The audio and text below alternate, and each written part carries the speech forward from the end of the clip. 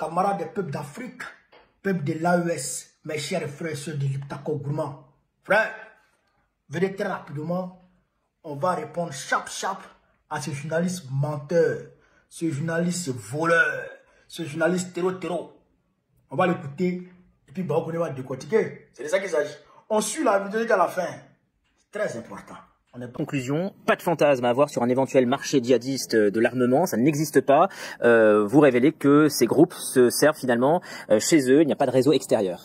Tout à fait, c'est la principale trouvaille, si j'ose dire, de ce rapport. Les groupes djihadistes n'ont pas besoin et ne vont d'ailleurs pas privilégier un approvisionnement en armes qui est très lointain ou très distant de leur zone d'opération. Nous estimons donc que c'est la source même de leur résilience, c'est leur capacité à s'ancrer localement, y compris pour ce qui est de leurs approvisionnements en armes. Comment cela se traduit-il? Bien, très concrètement, ces groupes djihadistes vont finalement s'ancrer dans des dynamiques locales pour leur gouvernance, mais aussi leurs approvisionnements, en attaquant donc évidemment des forces armées, les forces de sécurité, contestant les autorités de ces dernières, et puis c'est ce que l'on explique dans ce rapport, une grosse partie de ces armes-là, à minima 20%, proviennent directement des stocks des forces armées et de sécurité et ont été capturées sur le champ de bataille par ces groupes djihadistes. Donc il y a un caractère opportuniste. Tout à fait, local et opportuniste. Oui, ils récupèrent les armes des armées qu'ils affrontent. Votre rapport finalement montre à quel point ces armées basées dans le Sahel sont vulnérables.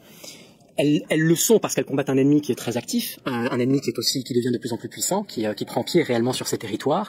Et puis, bien sûr, c'est un cercle un petit peu vicieux, puisqu'à partir du moment où vous perdez du matériel qui ensuite rentre un petit peu dans les arsenaux de l'ennemi, ben cet ennemi croît, évidemment, gagne en capacité militaire et devient de plus en plus dangereux. On aurait pu penser que la chute de Kadhafi et la guerre civile en Libye en 2011 aurait pu inonder la région en armes. Vous dites que oui, ça a été important, mais c'est pas déterminant non plus dans l'armement de ces groupes. Tout à fait. Alors ce que l'on observe, c'est qu'en réalité, la proportion des armes qui sont identifiées comme provenant des stocks de la Jamahiriya libyenne, donc tombée en 2011, ne représente environ dans les stocks djihadistes que 7% de l'arsenal. Ce qui montre bien que c'est un apport qui peut-être à un moment a été très important, mais qui aujourd'hui, sur une période de 10 ans, a eu tendance en tout cas à devenir bien moindre.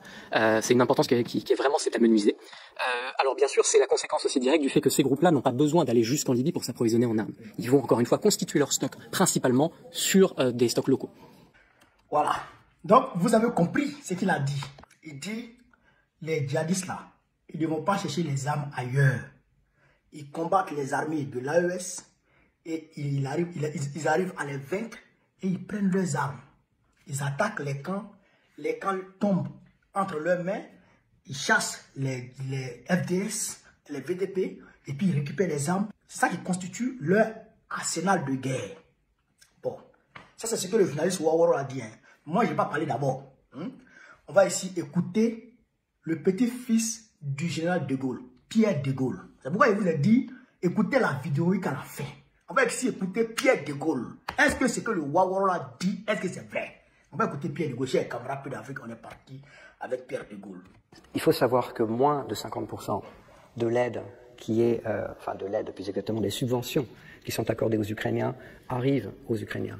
Il faut savoir que 50% des armes qui sont données aux Ukrainiens sont revendues sur les marchés internationaux pour alimenter les terrorismes, pour alimenter des crises politiques, des conflits, pour alimenter des révolutions. Récemment, le gouvernement ukrainien a publié un catalogue de près de 1000 pages d'armes qui sont destinées à être vendues en Amérique du Sud, en Afrique, dans les pays arabes et qui vont alimenter le terrorisme partout dans le monde. Il s'agit d'armes lourdes et d'armes légères. C'est un des pays malheureusement les plus corrompus au monde. Je ne critique en aucun cas les Ukrainiens, mais je critique le régime. Le régime qui a été mis en place par les... Pierre, ça va. On va couper Pierre, ça va. Qu'est-ce que le petit-fils du général de Gaulle a dit? Vous le voyez. Quand vous le regardez, vous savez qu'il vient de la famille de Gaulle. Même nez, même tête, frère, même taille. Il y a de Gaulle, lui, le long André Chicotte de Makono. Donc, c'est ce que le petit-fils de Gaulle dit. Un catalogue de près de 1000 pages que le gouvernement ukrainien a publié. Dans ce catalogue-là, il est clairement indiqué que moins de 50% des subventions octroyées à l'Ukraine par le bloc occidental arrivent en Ukraine. Moins de 50% arrivent en Ukraine. Plus de 50% est utilisé pour alimenter le terrorisme en Afrique, en Amérique du Sud, dans les pays arabes et consorts. Ça, c'est le petit-fils de Gaulle qui le dit. que le rapport a été publié par le gouvernement ukrainien. Et je n'ai pas connaissance de quelques démentis que ce soit venant du bloc occidental ou du côté ukrainien pour protester contre ce qu'a dit le petit-fils du général de Gaulle. Est-ce que vous m'écoutez? Est-ce que vous me comprenez? Hein? C'est pour dire à ce journaliste à 2 balles, ce journaliste de pacotille, ce journaliste en papier mâché, ce journaliste waworo, ce journaliste Kodjougou, que lui là, il ne connaît rien, il ne peut manipuler personne, il ne peut tromper personne, il ne peut apprendre rien à personne ici. Tu vois ici là, on est B et puis on est là. On a emmagasiné la connaissance et puis on est là. On est cultivé et puis on est là. Cet entretien là, ça date de 2022. Ça date de 2022. J'ai suivi et je continue de suivre. Tu ne peux pas mentir ici. Tu ne peux pas nous blaguer ici. Et il dit que les armes qui viennent de là, qui sont venues de la Russie et de la Libye, constituent 7% de l'arsenal des terreaux. Ah tiens, toi tu es un menteur. Les terreaux là, ils ont lancé leurs opérations avec quelles armes? Pas les armes qui sont venues de la Russie, de la Libye. 90% de leurs armes qu'ils avaient quand ils attaquaient le Mali, c'était les armes de la Libye. Tu vas dire quoi à qui? Tu vas apprendre quoi à qui? Espèce de mytho. Bon, aujourd'hui là, les terreaux sont terrorisés par les armées de l'AES. Qui leur donne les munitions aujourd'hui? Qui leur donne les armes aujourd'hui? Puisqu'ils n'arrivent plus à faire tomber quand que ce soit. Bon, depuis 2022 jusqu'à aujourd'hui, pour le Burkina Faso, pour le Niger depuis 2023, depuis juillet 2023 jusqu'à aujourd'hui, pour le Mali depuis, je dirais, 2021 jusqu'à aujourd'hui, est-ce que vous apprenez que les terroristes sont allés prendre un camp et puis ils sont assis là-bas? Et puis ils ont gardé le camp? Jamais, c'est faux. Ça n'existe pas. Au contraire, ils sont pourchassés, ils sont recherchés. Même dans les chiottes, ils sont recherchés, ils sont cueillis, ils sont traités avec succès, avec efficacité. Et ils sont envoyés dans l'au-delà pour qu'ils soient jugés par Dieu s'il doit les mettre dans, je dirais, dans tel niveau ou un tel niveau de l'enfer. C'est ça qui est la réalité.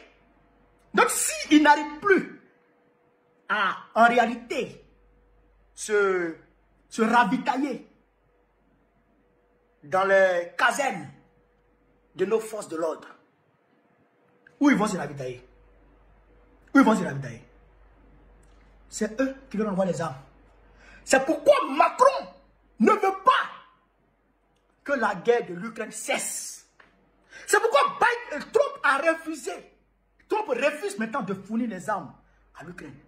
Il y a un journaliste, comme c'est en anglais, donc ce n'est pas la peine de vous présenter ici. Il y a un journaliste proche de Trump qui a dit clairement que les armes que les États-Unis fournissent à l'Ukraine n'arrivent pas là-bas, qu'il y a beaucoup qui sont détenus pour aller vendre sur le marché noir. Et d'ailleurs, Madou Bouhari, ancien président du Niger, il a été clair. Il dit les armes qui sont envoyées à l'Ukraine finissent dans le Sahel. Il a dit, finissent d'entre les mains de Boko Haram. Il a dit, c'est des déclarations officielles. C'est des déclarations officielles. Donc, toi, tu as venu nous apprendre quoi? Toi, tu as venu nous apprendre quoi? Ta tête, André Pedri, là. André tête de pétade. Et quand pétade devient poli, là, de toute façon, sa tête devient. Quand tu vois les gens comme ça, avec tête comme ça, mais il faut comprendre que lui, il ne dit pas la vérité. Tellement il ment. Espèce de mytho. Espèce de waworo. C'est un menteur. Si c'était ça, là, les terroristes n'allaient plus avoir armes ici. Et puis ça tombe juste, hein, vous avez vu, il y a une vidéo qui circulait où les terroristes étaient en train de montrer leur butin de guerre quand ils ont attaqué le Bénin. Quand ils ont attaqué le Bénin, il y a, je crois, le mois dernier, ils ont présenté leur butin de guerre. Les gens m'ont envoyé la vidéo, il faut publier moi-même. Publier une vidéo de terroristes, je suis fou, je suis mort. Mais dans cette vidéo-là, c'est que c'est sur cette vidéo-là, le Waworo s'est basé pour dire c'est la triche. Non, C'est au Bénin. C'est au Bénin, c'est parce que c'est pas dans l'AES. Il ne peut plus prendre arme. Il ne va prendre envoi. Si tu as pris, tu as laissé. Dans l'AES. Si tu as pris arme dans l'AES, tu as laissé. Donc, camarades d'Afrique, voilà un peu ce que je voulais vous dire sur cette vidéo. Pour vous dire toujours de vous départir de ces menteurs-là, de ces mythos-là, de ces vagabonds d'information. Il dit que lui il est venu dans l'AES, hein, il a collaboré avec les autorités pour avoir ces informations, espèce de menteur. Tu as collaboré avec qui? Journaliste, tu as collaboré avec qui? Donc, après l'Afrique, voilà ce que je voulais vous dire. C'est que vive l'Afrique libre, vive le panafricanisme, vive tous les présidents panafricains. Gbagbo, président de l'Afrique Côte d'Ivoire, en octobre prochain, Inch'Allah. On est ensemble.